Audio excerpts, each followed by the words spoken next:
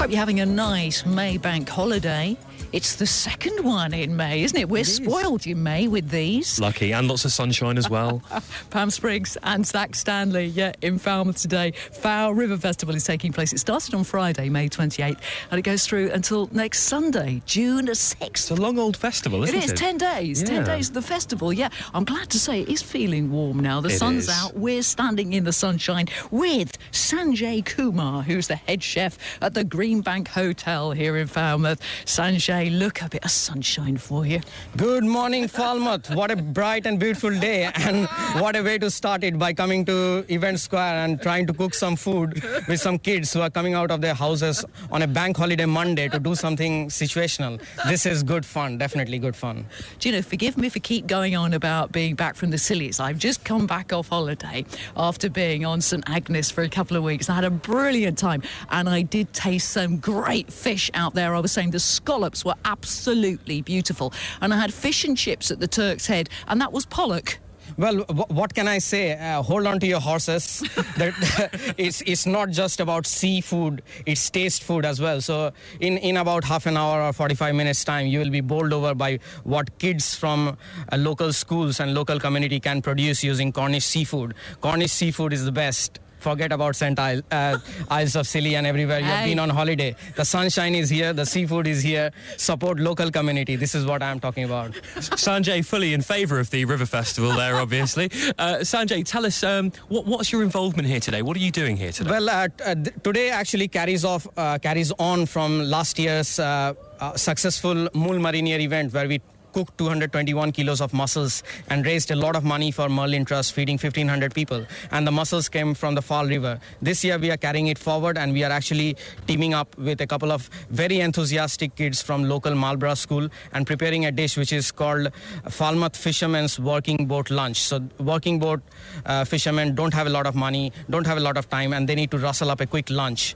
And this is what is our idea. We'll mix it with some Skinner's cider, choose some locally sourced seafood from Matthew Stevens, and then add a bit of cream, add a bit of herbs, and that's it. Serve it with some bread. Simple. Also to accompany that, we have got a wild garlic aioli, which will be made by the kids. It's a simple mayonnaise, but done the Cornish way. Choose your wild garlic on a height that is above the dog height, and you will get the best dish and the best experience out of this. Aioli, Mule Marinier, our style, the Cornish style with Cornish cider. Can't beat that. Can't beat that at all. I had a lot of Cornish cider on Sillies, the Sillies as well. Sorry, Pam, I'm just trying to stop salivating at the moment. Now, Sanjay, your accent, it's not from Cornwall, is it? Well, it is. This is my way of turning or changing into what is called total cornification. So if you look at it, generally, Naomi will support me on this, where she's sitting in the studio in Truro. Slowly, even the patron saint of Cornwall is actually from Ireland. So I think we have a few converts here, and I'm one of them. I thought you were going to say he was from India originally. I don't know. He might have his ancestors. We have to check that out on Google. Now, Sanjay, you are from India, aren't you? Yes, I am. Now, whereabouts in India are you from? Well, I am from the northeast. It is Bengal, where staple food is rice and fish, and it kind of shows in my dishes that I cook at the Greenbank Hotel or overall in fish festivals. It's very native. It's very basic. It gives the fish a chance to talk for itself rather than masking it with some massive, huge sauces. I mean, I'm a very simple food follower. I'm also right now the present chair of Slow Food in Cornwall, so it's a huge responsibility on my shoulder to promote the seafood that Cornwall is made by the sea, and it is my role to promote the fact that fish plays a massive role in the living and the living that we get out of here. I'll tell you what, there's nothing like fresh fish, and I have been tasting it for the past couple of weeks, and there is a different flavour to real fresh stuff. Yeah, so I have to say I'm a bit of a fan of tuna myself, which maybe isn't the most flavoursome of fish. Sanjay's shaking his head there. Oh, from a tin. In my opinion, you will be surprised to know that there is a new branding that started a couple of years back, and Matthew Stevens later on in the day will back me on this. We have started catching Cornish tuna. There is something called Cornish Cornish tuna, and it is sustainable, and it is caught off the coast of between France and Cornwall. So it is legally Cornish tuna, and we are really trying to promote that. Tuna is an excellent source of protein, and it is almost an alternate meat.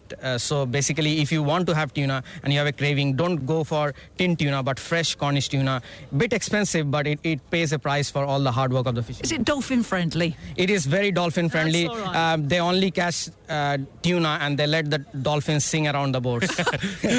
Sanjay, you mentioned just a second ago sustainability. Now, Yes. food, fishing, sustainability. Could you tell us a bit about that? Well, sustainability is showing a bit of respect towards what you are actually excavating or exploiting out of nature. So it has to be there has to be a little balance. You can't over exploit whatever resource you are drawing from and kind of leave it depleted.